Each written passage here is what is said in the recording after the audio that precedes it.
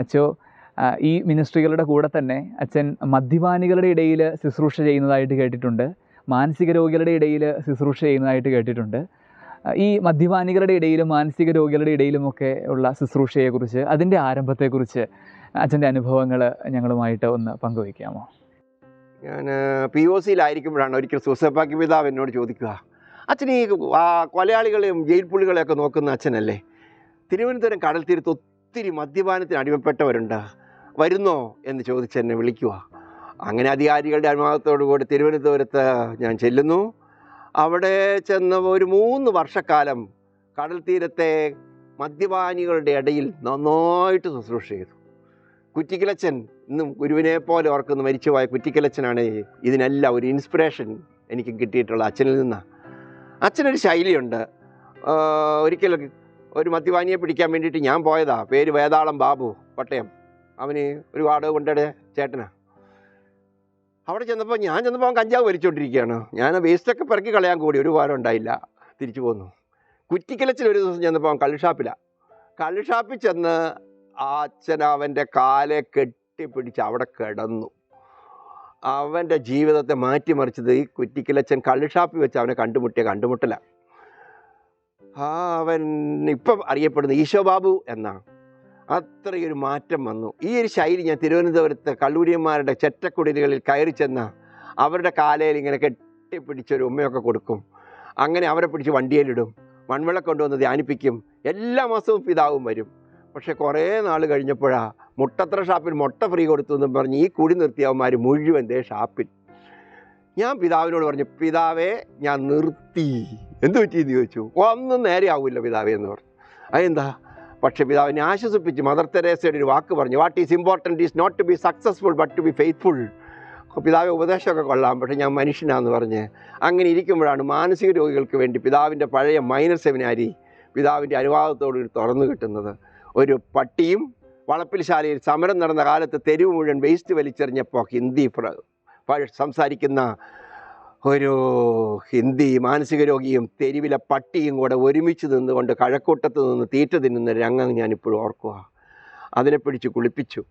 അങ്ങനെ മൈനർ സെമിനാരിയിൽ തെരുവിലെ മാനസിക രോഗികൾ വർഷങ്ങൾ കഴിഞ്ഞപ്പോൾ ഞാൻ ചിന്തിച്ച് എല്ലാം കൂടെ കൂട്ടി വായിക്കുമ്പോൾ ഞാൻ ഇങ്ങനെ വായിക്കും, മഴ പെയ്യുമ്പോൾ മരച്ചുവട്ടിലേക്ക് മാറി നിൽക്കാൻ മാനസിക ശേഷിയില്ലാത്ത, നഗ്നത അറിയില്ലാത്ത, വിശപ്പറിയില്ലാത്ത, എന്തിനെന്നറിയാതെ മാറാപ്പുതോളിൽ കെട്ടിച്ചമക്കുന്ന, ചിരിക്കേണ്ടപ്പോൾ ചിരിക്കാനോ കരയേണ്ടപ്പോൾ കരയാനോ തലച്ചോറില്ലാത്ത മാനസിക രോഗികൾ. ഇതെന്നതാ? ഇത് ഈ ഓരോ മാനസിക രോഗികളെയും തെരുവിൽ നിന്ന് പിടിച്ചപ്പോൾ കിട്ടിയ അനുഭവങ്ങളാണ്. ഈ ചിരിക്കേണ്ടപ്പോൾ ചിരിക്കാനോ കരയേണ്ടപ്പോൾ കരയാനോ തലച്ചോറില്ലെന്ന് പഠിപ്പിച്ചത് ഷാനവാസാണ്. അവൻ്റെ ഉമ്മ ദോശ കൊണ്ടുവരും മൺവിളയിൽ, എന്നിട്ട് വാരിക്കൊടുക്കും. അമ്മക്കിളി കുഞ്ഞിക്കിളിക്ക് തീറ്റ കൊടുക്കുന്നത് പോലെ വാരിക്കൊടുക്കും. അങ്ങനെ വാരിക്കൊടുത്ത് ഒരു ദിവസം അവൻ്റെ ചേച്ചി ശാഹിത വിളിച്ചു പറഞ്ഞു, അച്ഛാ അണ്ണനോട് പറയണ ഉമ്മ മരിച്ചു. തലയടിച്ച് ബാത്റൂമിൽ മരിച്ചു കിടക്കുന്ന ഉമ്മ. മരണവാർത്ത ഞാൻ 3 ദിവസം എടുത്താ ഷാനവാസിനോട് പറഞ്ഞത്. അവൻ പൊട്ടിച്ചിരിച്ചു. അപ്പോഴാണ് ഞാൻ ഓർത്തത്, ചിരിക്കേണ്ടപ്പോൾ ചിരിക്കാനോ കരയേണ്ടപ്പോൾ കരയാനോ തലച്ചോറില്ല എന്ന് പഠിപ്പിച്ചത് എൻ്റെ ഷാനവാസ. അപ്പം മാനസിക രോഗികളുടെ ഒരു ലോകമുണ്ട്, മദ്യപാനികളുടെ ലോകമുണ്ട്, വാടക കൊലയാളികളുടെ ലോകമുണ്ട്, ജയിലെന്ന് പറയുന്ന വേറൊരു ലോകമുണ്ട്. ഇങ്ങനെയുള്ള ഈ ഓരോ ലോകത്തിലേക്ക് ഓരോ മോമെൻറ്റുകളിലോട് പ്രതികരിച്ചപ്പോഴാണ് അതൊരു മിഷനിലേക്ക് പ്രവേശിച്ചത്. ഇത് ഒറ്റയ്ക്ക് പ്രവേശിച്ചതല്ല.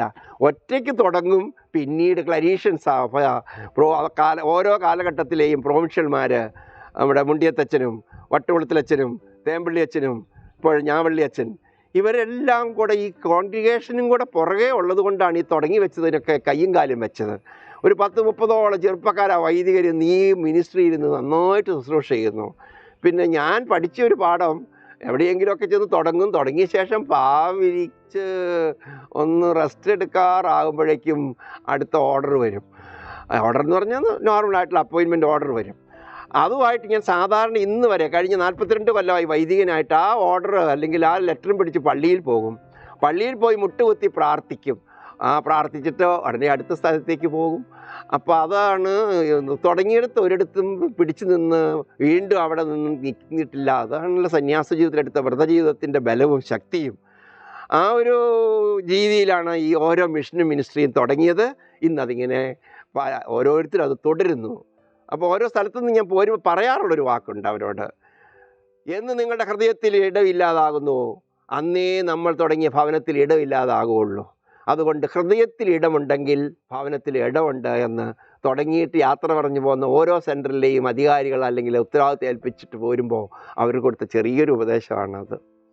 അച്ഛാ, ഞങ്ങളൊക്കെ ഒരു ന്യൂ ജനറേഷനിലുള്ള ആളുകളാണ്. അച്ഛൻ കുറച്ചുകൂടെ മിനിസ്റ്റർ ചെയ്തതും കുറച്ചുകൂടെയൊക്കെ കാര്യമായിട്ട് ഇൻവോൾവ് ആയതും മുൻപ് കുറച്ച് വർഷങ്ങൾക്ക് മുന്നെയാണ്. ഇപ്പോൾ ഈ ന്യൂ ജനറേഷനിലുള്ള ആളുകൾ ഒരുപാട് ഈ ലോകത്തിൻ്റേതായ കാര്യങ്ങളുമായിട്ട് അവർ ഇൻഫ്ലുവൻസ്ഡ് ആണ്. അവരുടെ ഇടയിലേക്ക് പുതിയ ട്രെൻഡുകൾ കടന്നു വരുന്നു. അവർ ഉപയോഗിക്കുന്ന വാക്കുകൾ, വൈബ്സ്, ഇങ്ങനെയുള്ള വാക്കുകളൊക്കെ അവർ ഉപയോഗിക്കാറുണ്ട്. അപ്പം ഈ ന്യൂ ജനറേഷനും ഓൾഡ് ജനറേഷനും തമ്മിൽ നമുക്ക് വലിയൊരു അന്തരം കാണുവാനായിട്ട് സാധിക്കും. അപ്പം ഇതിനെക്കുറിച്ചുള്ള അച്ഛൻ്റെ അഭിപ്രായം എന്താണ്? ഈ ന്യൂ ജനറേഷനിലുള്ള സഹോദരങ്ങളോട് അച്ഛന് എന്താണ് പറയാനുള്ളത്? ഇപ്പോൾ ഒരു വൈബിൻ്റെ കാലഘട്ടമാണ്. ഈ പുതിയ തലമുറയൊക്കെ എപ്പോഴും ഉപയോഗിക്കുന്ന ഒരു വാക്കാണ്, ഞങ്ങൾക്കിത് കേട്ടിട്ട് പോലും ഇല്ലാത്തൊരു വാക്കാണ്.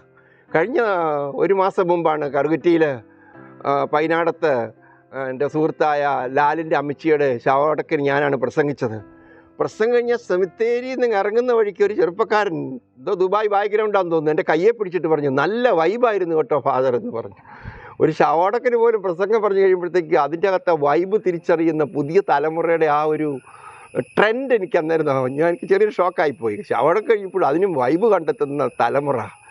ഇന്ന് രാവിലെ ഞാൻ വെട്ടുകാട് വണ്ടിക്ക് പോരുന്ന വഴിക്ക് ഒരു 4 പിള്ളേർ വഴി നിൽക്കുക, ബസ്സുകാരൻ 3 കിലോമീറ്റർ അപ്പുറത്തുള്ള ബസ് കാത്ത് നിൽക്കുക. ഞാൻ ആ പിള്ളേരോട് വണ്ടി നിർത്തിയിട്ട് എന്തിനാണ് അവിടെ നിൽക്കുന്നതെന്ന് ചോദിച്ചു. അപ്പോൾ പറഞ്ഞു ബസ് കാത്ത് നിൽക്കുകയെന്ന് പറഞ്ഞു. മോനെ, 50 കൊല്ലം മുമ്പ് കയ്യിൽ 10 പൈസ ഉണ്ടായിരുന്നെങ്കിൽ കരിമണ്ണൂർ പള്ളിക്കൂടം വരെ 3.5 കിലോമീറ്റർ ഡെയിലി അങ്ങോട്ടും ഇങ്ങോട്ടും നടന്നുകൊണ്ടിരുന്നതാണ് ഞാൻ.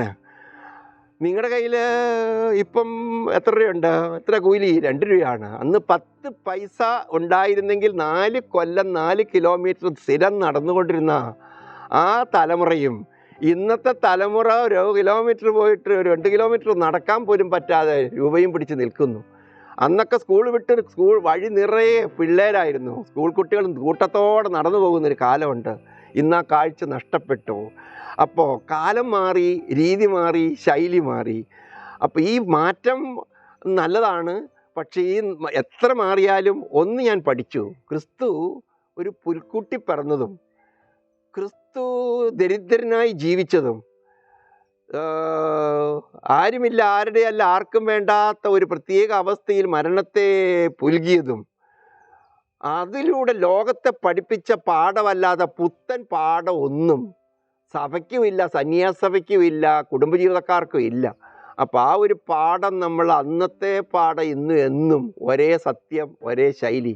ഈ പഴയതും പുതിയതും തമ്മിൽ ഉള്ള ഗ്യാപ്പ് എന്ന് പറയുന്നത് ഈ ക്രിസ്തു പഠിപ്പിച്ചതിൽ നിന്ന് വ്യത്യാസപ്പെട്ട ഒന്നിലേക്ക് വരുമ്പോഴാണ് ഈ വൈബിൻ്റെ ഒക്കെ വൈബ്രേഷൻ കൂടുതലായി വന്നുകൊണ്ടിരിക്കുന്നതെന്ന്.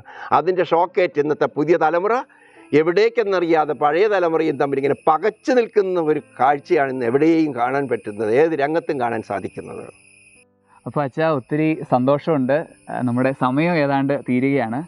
അച്ഛനോട് സംസാരിച്ചതിൽ എനിക്ക് ഒരുപാട് സന്തോഷം തോന്നി. എനിക്ക് മനസ്സിലായ ഒരു കാര്യം, ഈ വാക്കും പ്രവൃത്തിയും തമ്മിലുള്ള ഒരു ചേർച്ചയാണല്ലോ സാക്ഷ്യം. ആ ഒരു കാര്യം എനിക്ക് വളരെ ടച്ചിങ് ആയിട്ട് തോന്നി. അത് എൻ്റെ ഹൃദയത്തിൽ ഞാൻ സ്വീകരിച്ചു.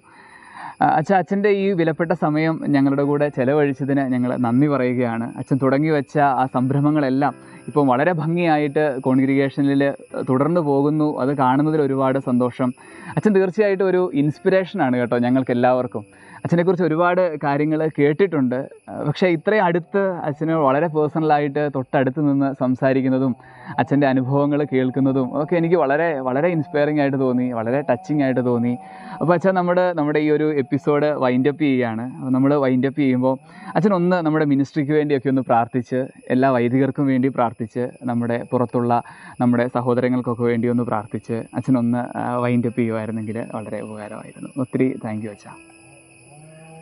സ്നേഹപിതാവായി ദൈവമേ, ഏതൊരു സ്നേഹത്താലാണോ അവിടുന്ന് ഞങ്ങളെ സ്നേഹിച്ചത്, ഏതൊരു ചൈതന്യത്താലാണോ ഞങ്ങളെ കണ്ടുമുട്ടിച്ചത്, ഏതൊരു കൃപയാണോ ഞങ്ങളെ മുന്നോട്ട് പോകാൻ പ്രചോദനമായി മാറുന്നത്, തുടങ്ങി വെച്ചതെല്ലാം നിൻ്റെ കൃപയാൽ, കാരുണ്യത്താൽ, ചൈതന്യത്താൽ മുന്നോട്ട് കൊണ്ടുപോകാൻ വേണ്ട കൃപയും അനുഗ്രഹവും വൈദികരായ ഞങ്ങൾക്ക്, പ്രത്യേകിച്ചും ചെറുപ്പക്കാരായ ക്ലരീഷ്യൻ വൈദികർക്ക് പ്രചോദനവും ശക്തിയും ബലവുമായിട്ട് മാറട്ടെ എന്ന് ഈ തരുണത്തിൽ പ്രാർത്ഥിക്കുന്നു.